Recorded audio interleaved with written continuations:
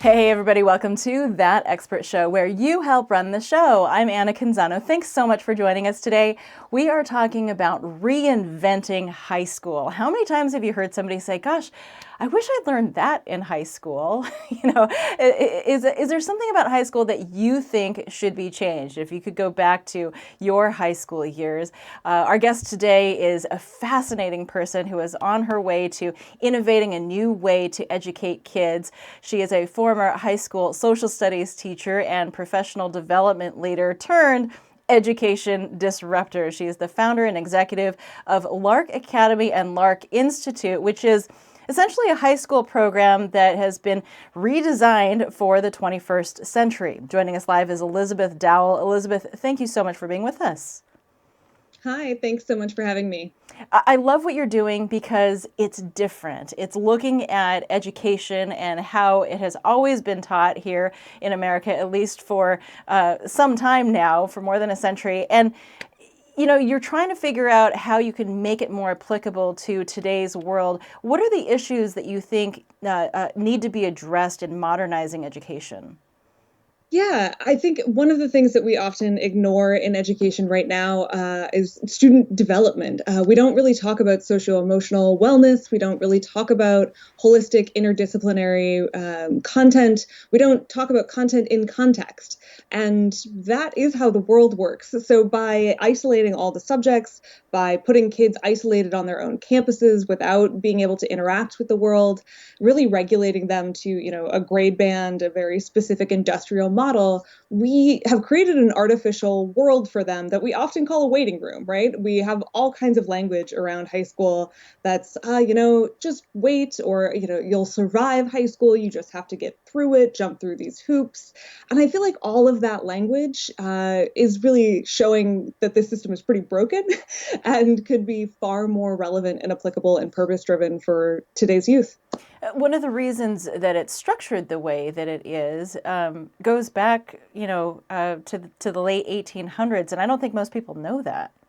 Yeah. Our system was designed off of the Prussian military model, which was designed in the early 1800s. We bring it over to the States in the mid 1800s, and by the 1880s, 1890s, it's pretty universal. It's starting to really kind of take off throughout the U.S. It mirrors our industrialization really, really well. It has a lot of these like kind of modern ideas of, having everything kind of assembly lined and having batches of kids and having bells and having schedules and isolating each task. And it was thought of as very, very efficient. And it's funny, the people that were propagating this at the time were called the education reformers, right? In the same way that disruptors are called that now. So they were the ones really advocating for this highly, highly standardized system that now, we're really trying to dismantle. And what's interesting about that is, those of us who've been through public education know, and much of private education, frankly, is the same. You go to your classes, you go Right. to math, you go to calculus, you struggle through Mm-hmm. calculus. For me, I cried through calculus. Yep. And you're right, everything is segmented, Mm-hmm. and you're hitting, most of your subjects in the course of a couple of days. Mm-hmm. And a lot of us graduate from high school thinking, well, maybe I'll use calculus at some point later in my life, but the reality is, unless you're going to be an engineer or, go into the sciences, you likely won't. Yep. But the argument, too, that I hear a lot of the time is, well, learn calculus because you're learning more than just the calculus. You're learning how to study a subject that's completely foreign to you, feels like a different language, and then be tested on that. So really what you're learning is the process of thinking and researching and studying and then being tested on your knowledge. Yeah. And so I would say, at Lark, we talk a lot about 21st century skills, and 21st century skills of knowledge, literacies include a lot of different things. And even though we might not advocate for having a math class that's isolated out of context, you are still getting skills like that. You are still building resilience, which is kind of what you're talking about in terms of perseverance, doing something even though you don't really love it, or doing something because, you need to learn a hard skill. I would say that there is no content that needs to be isolated in that way in order for you to get that message. By isolating it, we just make it so much more complicated and abstract. We don't let kids engage with the material as it exists in the world. So we're really kind of stripping away the purpose of teaching that material. And if we don't allow for students to kind of grapple with the things in their context, it just doesn't make as much sense. So I'd argue, why do something that doesn't make sense? So, are you saying that you're structuring, your school, your institute, your program, so it's more project oriented, so that various subjects are tied together within a project, and that way your understanding of the different subjects is sort of interwoven, not rather than just separate? Absolutely, yeah. So we often talk about real education for the real world. When you are in the real world, when you're making the show or designing your business, you're not just, doing one thing for 45 minutes and then a different thing for 45 minutes and then a different thing for 40 minutes and then taking a multiple choice test about it. Like that isn't how your day goes. And so we want school to reflect, what actual life looks like. We believe that the purpose of education is the preparation for real life. So we want to make that experience real and authentic and in the world. So internships and projects, project management, following through on something, getting feedback from experts in the field, getting feedback from peers and people that would consume this product or this procedure, whatever it is that they're working on. And yeah, that everything is multidisciplinary and comprehensive because that's how the world works. So you would learn each one of the skills as, kind of projects bring them forth to you. Coding and writing, organization, time management, things that are far more tangible and applicable to modern life. I think it's interesting that one of your courses is called Adulthood, Yeah.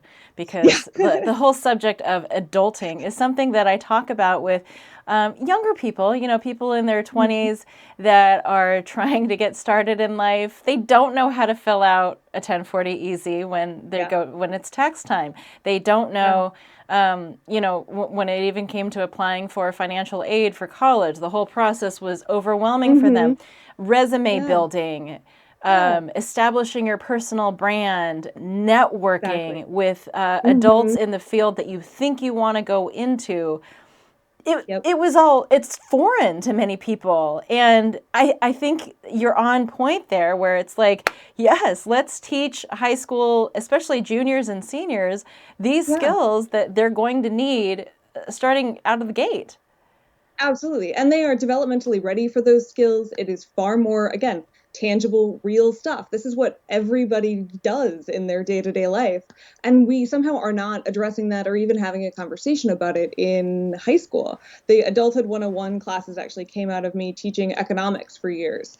And, most of the standards around high school economics are very theory driven. And, I just didn't feel like for the population that I was teaching for, which was diverse and more or less low socioeconomic, they really need, and every kid really needs, to be able to have something that is, again, tangible and makes sense. So we started talking about, okay, here's opportunity cost. I can explain the theory of this thing, and then let's talk about it in the tangible, real life stuff.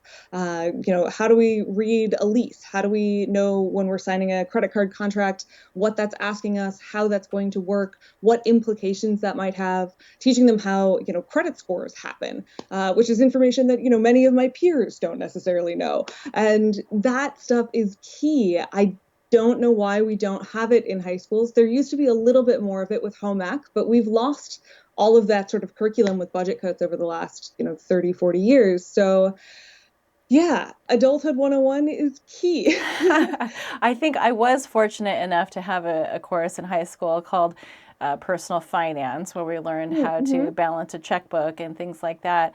And I want to point out, thanks to everybody who's joining us live, I appreciate educators. I appreciate teachers.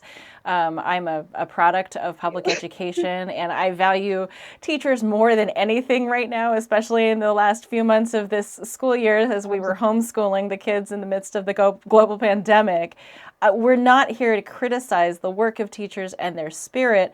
But I think the things that you're saying are some of the same things that I have actually heard teachers themselves talk about, because it's the system itself that is not designed in a way that is contemporary. Yeah, and that really is it. And it's interesting too. Teachers have been speaking up and voicing their concerns about standardization and really grade-driven assessments since like the 1930s.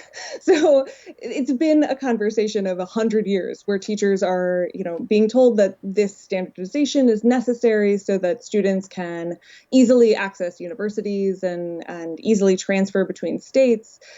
But then it also removes a lot of the personalization that learning gets to, that teachers used to get to do in the classroom a lot more. And many teachers still manage to fit that in. I worked very hard to make sure that I knew all my students and I wrote all my own curriculum. And I had to kind of fight against the system to puzzle my way in to make it really meaningful. And lots of teachers do that. There's a saying in my family, teaching's in your bones. You do it for the love of it.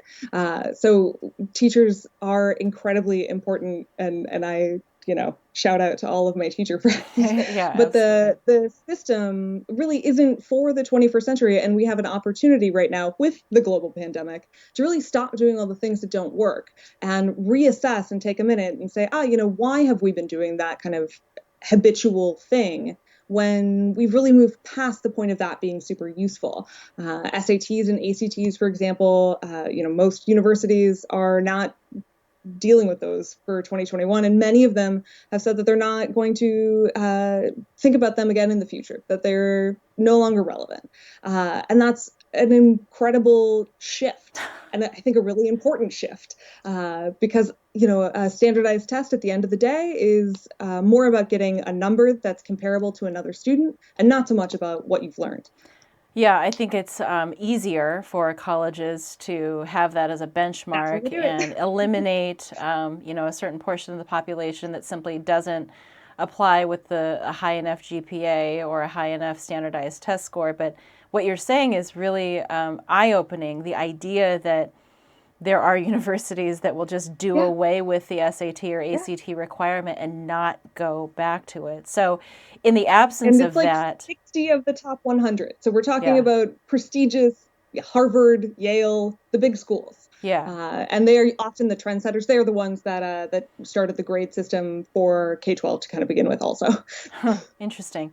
I want to thank Mhm. everybody who's joining in online. We have a lot of viewers who are with us today. Sherry and Rosalind and Asia and Vincent, thank you so much for tuning in.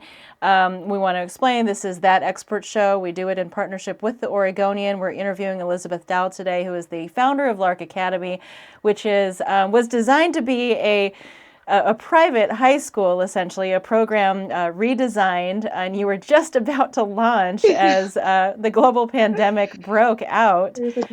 Yeah. So you've had to pivot and change the nature of your program. So maybe you can explain now, essentially, what you are offering, because it was intended to be an in-person private high school, and now it really kind of can't. Right. And yeah, we were designed as a blended learning in person in a co-working space, with a bunch of other companies and businesses. And that is not going to happen in this era of COVID. So we have done exactly what I think education should be doing at every moment, is that we are adapting and being flexible and saying, okay, what does the landscape look like? What do students need right now in order to best respond to the situation that they're in? And we believe that that is a number of kind of a la carte programs, different things that they can sign up for month by month so that it is super flexible based on as everything evolves, really interest based, all about cultivating curiosity. So we might have classes about creating a podcast or, doing some sort of world building, classes on Adulthood 101, how do I get personal finance information? How am I going to kind of fill this gap between high school and college, perhaps? Maybe you didn't end up or aren't going to end up going to the school that you thought so in the fall because you don't want to do it virtually.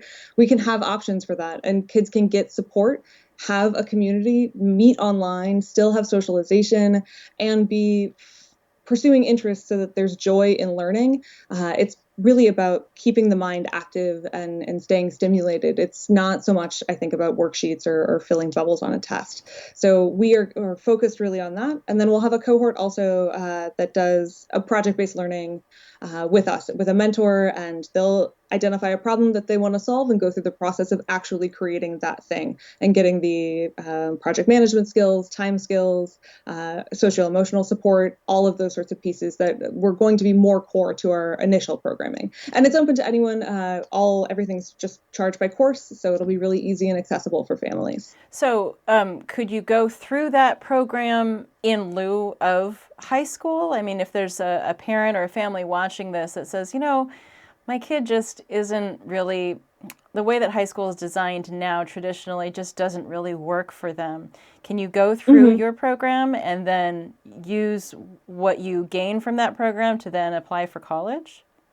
Yeah, so our IDE program, the Innovation Design Entrepreneurship Program, is the kind of full-time cohort situation. So if a student wanted to come to us for that, we would put them in that program. They would be able to take additional extra things that they wanted to from our month-to-month catalog.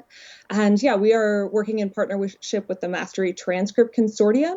This is an amazing national project that is redesigning the high school transcript. They've been doing this work for a number of years. And, in the era of COVID too, also pivoting a little bit, but it's a portfolio model and a proficiency model. So students end up with a tangible product that they can take to a university or a job and say, this is what I've done. This is what I can do.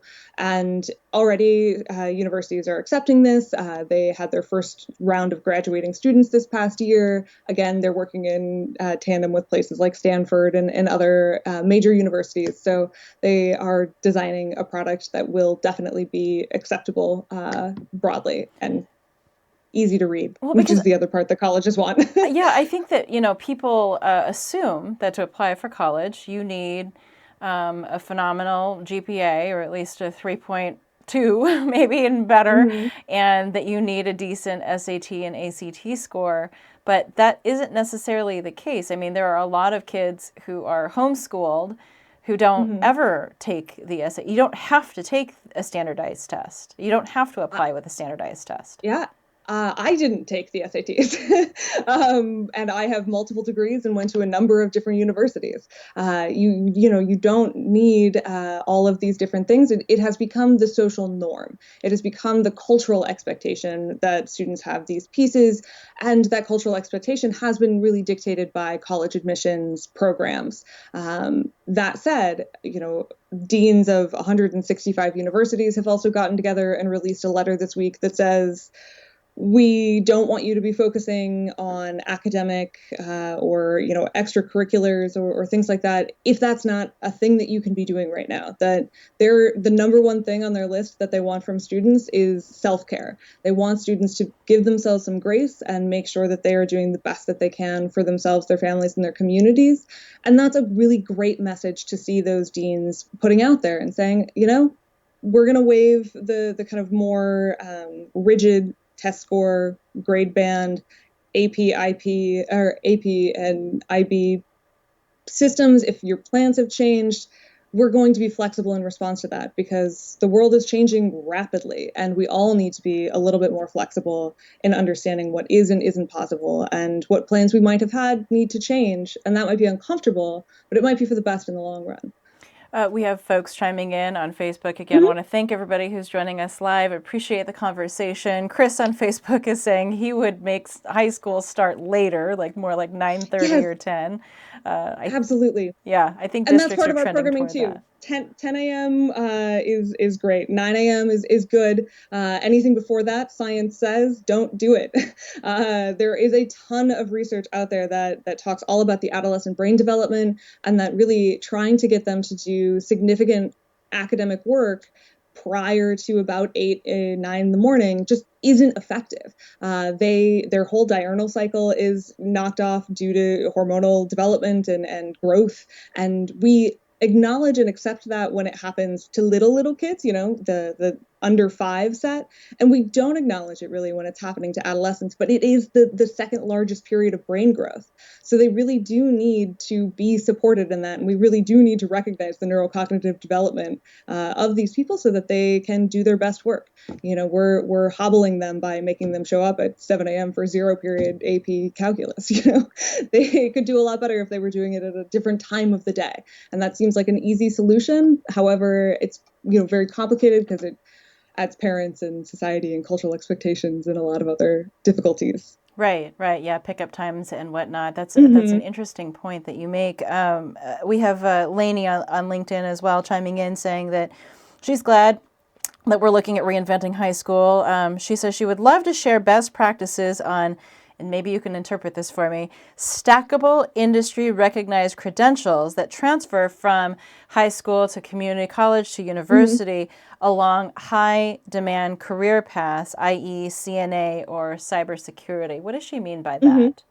Yeah, so she's talking about getting credentials for specific things like coding or like specific different pieces in an interest area or a development area. So she uses cybersecurity as an example. So you could obtain a number of different certificates showing your growth or your skills or your proficiencies in those areas, and be able to take that packet, essentially a portfolio of your skills, to an employer, to a college, and have them look at that in the way that they would look at a transcript or a resume, and be able to say, I believe that this person has that skill. And a number of education reformers, especially in higher education, are really working towards those sorts of models where a student might get a certificate for a particular suite of classes rather than a whole 4-year degree, making it much more, again, flexible and adaptable for where people are at now and what the needs of the 21st century are. I think a big part of your program too is the access to professionals who are actually in the field. And that's so Mm-hmm. vital. I mean, we're not trying, I struggle with that a little bit because I think you're going through so much change in high school as an adolescent. Like you said, the neural Yeah, activity and the development is happening. You throw in the hormones. It's kind of a crazy time. it's a lot. And there's a lot of people who haven't quite figured out what they want to do or who they Mhm. want to be, even by the time they get to college and beyond that. They're Yeah, still trying to figure it out, right? yeah. So, is there a danger here? Like, while it's good that you're connecting high school students with mentors and experts in their field of interest, um, is it a dangerous path to go down where you're kind of pigeonholing a kid who is still, frontal lobe is still Mhm. developing into an avenue that may very well change dramatically in the next 3 to 4 to 5 years? Yeah, I'm going to pivot that question on its head and say our goal is to make sure that students are exposed to as many experts and professionals as possible so that they know what their options are. Often when they're isolated on high school campuses, business, law, medicine, maybe trying to be a startup entrepreneur, but they don't maybe have classes about that or really know what that looks like. So they don't really know what their options are. And then we ask them, okay, what do you want to major in college? Like, what college do you want to go to? With huge financial commitments Yeah. and big, big decisions when they don't know what their options are. And so our plan, our idea is to make sure that students see all of these different things, have the ability to talk to all of these different people, start asking questions, start figuring stuff out. We do not pigeonhole them. They get to make choices and adjust, as their interests adjust, and their mentor helps guide them through those things, helps get them resources, helps connect them to those people, so that they can progress their skills. And as such, we hope that when they are finished with our program, which also is not like a 4-year model, it's a proficiency model. So when they're done, they're done. Might be 3 years, might be 5 years. It takes as much time as it takes. That kid can have a leg to stand on. They maybe have opened a company. They know what they want to do, or at least they know what direction they want to go in. If they want to specialize, what university might help them in that specialization. So really kind of, again, engaging more in the world as it exists, so that they know what they can do. I would think that that would be particularly helpful for folks who are from socioeconomically disadvantaged regions or neighborhoods, because Yeah. we know that kids whose parents aren't necessarily rubbing elbows with lawyers and Mm-hmm. doctors and people in other professional fields, they have a much harder time accessing people in those Yeah. fields and talking with them and engaging with them and making those connections. So one of the questions that's coming in on Facebook right now is from Rebecca. What about low-income students? Are there scholarships or grants for them? I'm a substitute teacher and I'd like to get this information out. Yeah, when we were doing a full-time program, we were in the process of applying for a number of grants and capital campaigns and things like this to make sure that scholarship money was in place, that fund money was in place. We are still going to do that for this project, and are working very hard towards that. I believe very strongly that price and cost should never be a barrier to education, that everyone deserves a rigorous and innovative experience in school, and so making sure that those things can happen. Also coming from an education background, making sure that teachers are paid based on their experience and their degrees. We have master's degrees, many undergraduate degrees, and we are not compensated typically by the districts that we work for. So it's a balancing act in that too, making sure that the professionals are paid as they should be, and making sure that families have a reasonable access, and in the best that we can do, for students. Awesome. Elizabeth, thank you so much for sharing your insight Yeah. with us. We want to let folks know that we'll be creating a tip sheet based on the information that you shared. We'll include all the ways in which you can connect with Lark Academy and with Elizabeth if you're interested in this and Mm-hmm. want to learn more. So I appreciate your time today. Absolutely. Thank you so much for having me. And thank you for joining me for this episode of That Expert Show. Please feel free to share it far and wide with the folks that you know. It's very thought-provoking what Elizabeth is trying to do, and I'm piqued my curiosity for sure. You can always check out our tip sheet again on thatexpertshow.com. We'll have that posted by later today. You can check out our previous episodes on YouTube.